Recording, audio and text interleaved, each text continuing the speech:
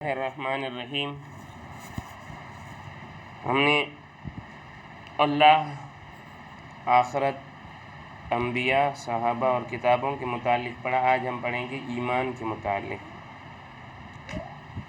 ایمان کسے کہا جاتا ہے یہ میں بتا چکا ہوں، اور اب ایمان کب درست ہے اور کن چیزوں سے ایمان ختم ہو جاتا ہے۔ ایمان اس وقت درست ہوتا ہے جب اللہ تعالیٰ اور رسول اللہ صلی اللہ علیہ وسلم کو سب باتوں میں سچا سمجھا جائے۔ ان کا جو حکم ہے وہ درست ہے، دنیا کی لاکھوں باتیں ہوں، کروڑوں باتیں ہوں، وہ غلط ہے۔ پوری دنیا آپ صلی اللہ علیہ وسلم کی مخالفت میں جمع ہو جائے، آپ صلی اللہ علیہ وسلم کی بات ایک طرف، پوری دنیا کو رد کیا جائے گا، آپ صلی اللہ علیہ وسلم کی بات کو مانا جائے گا۔ مثلا آپ صلی اللہ علیہ وسلم نے فرمایا کفار سے مشابہت نہ کرو۔ اب دنیا کہتی ہے کہ ایسا لباس رکھا جائے تو آپ اچھے لگتے ہو، ایسا ماحول رکھا جائے تو آپ اچھے لگتے ہو، آپ یہ پارٹیاں کرو، یہ چیز اس طرح کرو، چہرہ اس طرح بناؤ، بال اس طرح بناؤ، ورنہ آپ دقیانوس لگتے ہو، آپ اچھے نہیں لگتے ہو۔ تو دنیا کی بات رد ہوگی۔ آپ صلی اللہ علیہ وسلم کی سنت جو 1400 سال پہلے تھی وہی سنت رہے گی۔ ان سب باتوں کو سچا سمجھنا پہلی شرط، دوسرا ان کو مان کر ان پر عمل کرنا، ان سب کو ماننا کہ یہ درست ہے۔ اللہ اور اس کے رسول کی کسی بات میں شک کرنا کہ یہ بات ہو سکتا ہے درست نہ ہو، سمجھ نہیں آ رہی یہ وہ، یا کسی بات کو جھٹلانا، یا کسی بات میں عیب نکالنا، یا اس کا مذاق اڑانا، ان سب باتوں سے ایمان ختم ہو جاتا ہے۔ اللہ یا اس کے رسول کی کسی بات میں شک کرنا، اس کو جھٹلانا، اس میں عیب نکالنا، اس کا مذاق اڑانا، ان سب باتوں سے کیا ہو جاتا ہے؟ ایمان ختم ہو جاتا ہے۔ اب بعض غلط نظریات ایسے ہیں جو ایمان کو ختم کر دیتے ہیں، جیسے قرآن پاک کا ایک واضح مطلب ہے، اب واضح مطلب کو نہ ماننا اور اپنی خواہش کے مطابق اس کی کوئی بات، اس کا کوئی مطلب گھڑ لینا۔ کوئی بھی گناہ ہو، چھوٹے سے چھوٹا گناہ، آدمی اس کو اس لیے کرے کہ یہ جائز ہے۔ کوئی بھی چھوٹے سے چھوٹا گناہ، اس کی آسان مثال دے دیتا ہوں کہ بد نظری کرنا کیا ہے؟ گناہ ہے۔ اب کوئی آدمی بد نظری کرتا ہے، کسی غیر محرم عورت کو دیکھتا ہے یا عورت کسی مرد کو دیکھتی ہے اور اس کو منع کیا جائے کہ آپ یہ نہ کریں، تو وہ سامنے سے کہہ دے کہ خیر آنکھوں کو کون روک سکتا ہے، اس سے ایمان ختم ہو جاتا ہے۔ ایمان اس سے ختم ہو جاتا ہے۔ گناہ چاہے جتنا بڑا ہو، جب تک آپ اسے برا سمجھتے رہتے ہیں ایمان نہیں جاتا، ایمان کمزور ہو جاتا ہے، ایمان جاتا نہیں ہے۔ اللہ کی گرفت سے بے خوف ہو جانا کہ اللہ کیا کرے گا ہمارا، اللہ ہمیں کچھ بھی نہیں کر سکتا، یا اللہ کی رحمت سے نا امید ہو جانا کہ میرے تو اتنے گناہ ہو گئے ہیں، بس ابھی تو مجھے نہیں لگتا کہ اللہ مجھے بخشے گا، یا اللہ میرے ساتھ پتہ نہیں کیوں اس طرح کرتا ہے، اللہ میرے ساتھ ظلم کر رہا ہے، اللہ میرے ساتھ انصاف نہیں کر رہا۔ اللہ کی رحمت سے مایوس ہو جانا یہ ایمان کو ختم کر دیتا ہے۔ کسی سے غیب کی باتیں پوچھنا، غیب کی باتیں، کل کیا ہوگا، یہ چیز ہو سکتی ہے یا نہیں ہو سکتی، میرے لیے یہ کام اچھا ہے یا نہیں۔ آج کل ٹیلی ویژن میں جس طرح ہوتا ہے، لوگ کیا کرتے ہیں، لوگ رشتے پوچھتے ہیں کہ بھائی یہ رشتہ اس کے لیے اچھا ہے یا نہیں۔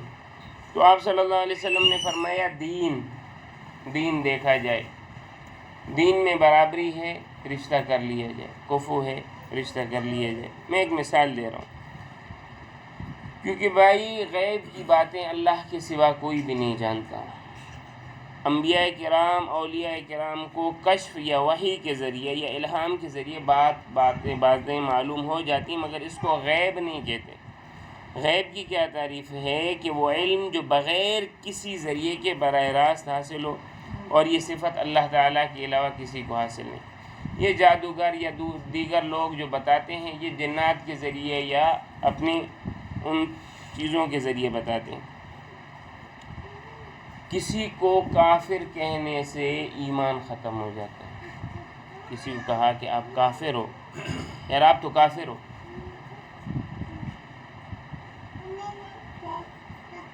یا اچھا کافر تب کہا کہ جب اس کے کسی عمل کی وجہ سے اس نے ایمان کا کوئی عمل کیا اور اس نے کہا کہ یہ تو آپ کافر آدمی ہے، سے یہ داڑھی رکھتا ہے یا نماز پڑھتا ہے، یہ نماز آپ کو کیا فائدہ دے گی، آپ تو کافر ہو، یہ کہنے سے آدمی کافر ہو جاتا ہے۔ اگر ویسے اس کو کہتا ہے تم کافر ہو یا کہتا ہے تم لعنتی ہو، ان دونوں کا حکم ایک ہی ہے، تم لعنتی ہو یا تم کافر ہو، یا بچوں کو جس طرح کہا جاتا ہے تم پر لعنت ہو، تو یہ بہت بڑا گناہ ہے۔ یوں کہہ سکتے ہیں ظالموں پر لعنت، جھوٹوں پر لعنت، مگر جن کا نام لے کر اللہ اور رسول نے لعنت کی ہے یا ان کے کافر ہونے کی خبر دی، ان کو کافر اور ملعون کہنا جائز ہے۔ جیسے ابلیس ملعون، ابو جہل ملعون، لعنتی، کافر، اس کو کہہ سکتے۔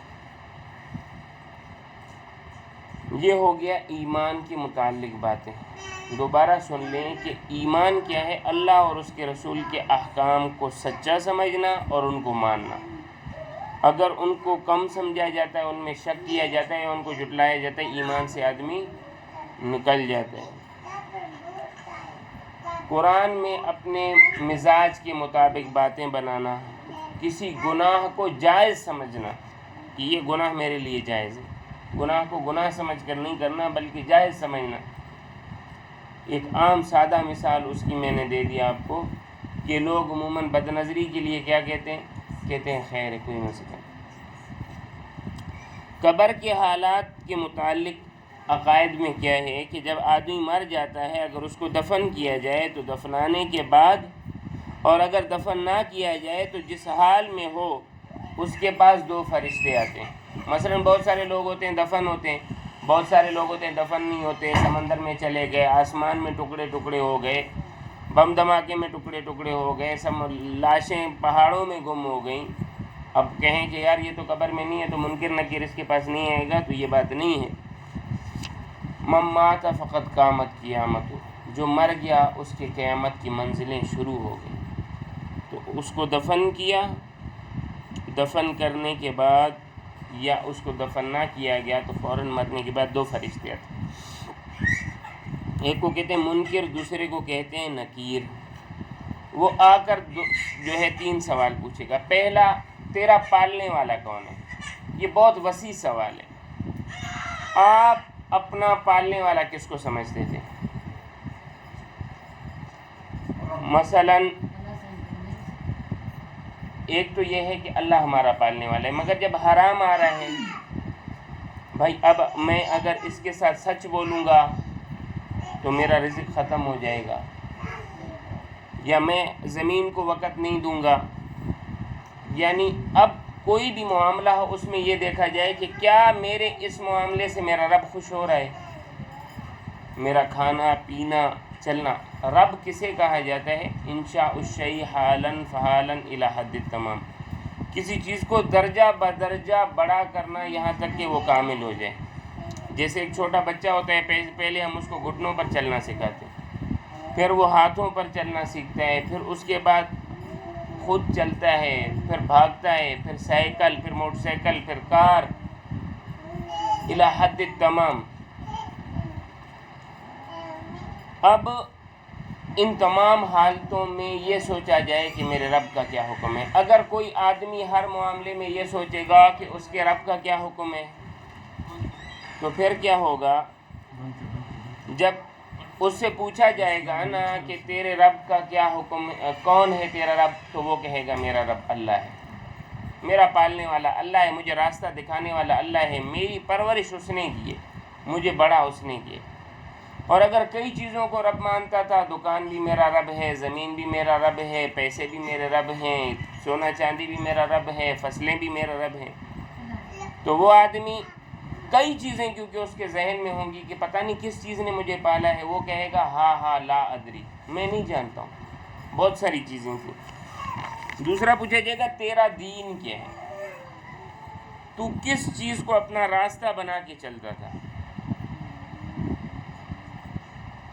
کوئی بھی عمل ہوتا تھا تو کیا سوچتا تھا اللہ اور اس کے رسول نے یہ فرمایا یا نہیں فرمایا؟ تیری شادی ہوتی تھی تو دیکھتا تھا اللہ کے رسول کے مطابق شادی ہو رہی ہے؟ تیرا آدمی فوت ہوتا تھا تو سمجھتا تھا اللہ کے دین کے مطابق اس کو چلانا ہے، یا لوگوں کی خوشنودی اور لوگوں کی چیزوں کو دیکھتا تھا؟ بچوں کی پیدائش، نکاح، منگنی، گھر سے نکلنا، گھر کے اندر رہنا، گھر میں میرا لباس کیسا ہو، میرے اللہ کو میرا کیسا لباس پسند ہے، رسول اللہ کو میرا کیسا لباس پسند ہے، میرا کس قسم کا بات کرنا اس کو پسند ہے، میرا کس طرح دیکھنا اس کو پسند ہے، میرا کس طرح چلنا اس کو پسند ہے، یہ سارا دین ہے۔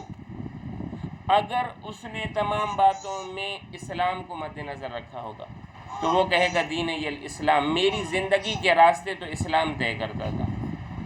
اگر وہ نہیں جانتا تھا تو وہ کہے گا کہ مجھے پتہ نہیں، اور پھر پوچھا جائے گا من نبیو کا، کون تھا جو غلط کاموں میں تجھے خبردار کرتا تھا؟ ایک حدیث میں یوں ہوتا ہے، دوسری حدیث میں یوں آتا ہے کہ ایک تصویر دکھائی جائے گی اور کہا جائے گا کہ یہ آدمی کیا خیال ہے تیرا اس آدمی کے بارے میں؟ اگر اس نے سنتوں کی پیروی کی ہوگی، سنتوں کے لیے لوگوں سے تکلیفیں بھی کھائی ہوں گی، سب آدمی مثلاً کہتے ہیں بھائی داڑھی کاٹو خوبصورت لگتے، اس نے داڑھی رکھی، اس نے 5 ٹخنوں سے اوپر رکھے، اس نے نمازوں کی پابندی کی، اس نے سچ بولا، لوگ کہیں گے پاگل ہے، اس کو زمانے کا پتہ نہیں چلتا، مگر اس نے اپنی محبت جو آپ صلی اللہ علیہ وسلم سے ہے اس کو بلند رکھا اور کہا کہ نہیں، میں ان کے اعمال پر چلوں گا، ان کے نقش قدم پر چلوں گا، تو وہ کہے گا کہ محمد صلی اللہ علیہ وسلم ایسے تھے کہ ہر عمل میں میں ان کی مثال لیتا تھا، چاہے مجھے گھر میں کسی کے حقوق ادا کرنے ہیں، چاہے مجھے سفر میں چلنا ہے، چاہے مجھے کھانے پر بیٹھنا ہے، چاہے مجھے جو بھی کرنا ہے، ہر بات میں خبردار کرنے والی ذات نبی کریم صلی اللہ علیہ وسلم کی ذات ہوتی تھی، میں نے ان سے سیکھا، تو پھر اس کی بات درست ہوگی۔ اور اگر اس نے کئی لوگوں سے سیکھا، بھائی اس کو خوش کرنا ہے، اس کو خوش کرنا ہے، اس کی بات ماننی، اس کی بات ماننی، وہ کہے گا مجھے خبر نہیں ہے۔ تو یہ حالات گزرتے ہیں، ہم لوگ دیکھ نہیں سکتے۔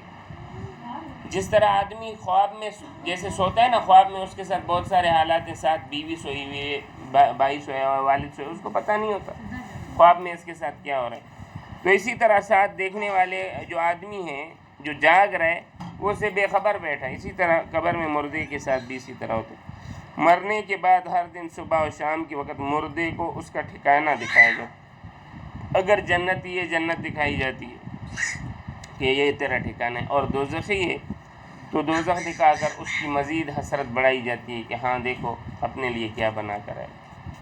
انشاءاللہ اس سے آگے ہم کل پڑھیں گے۔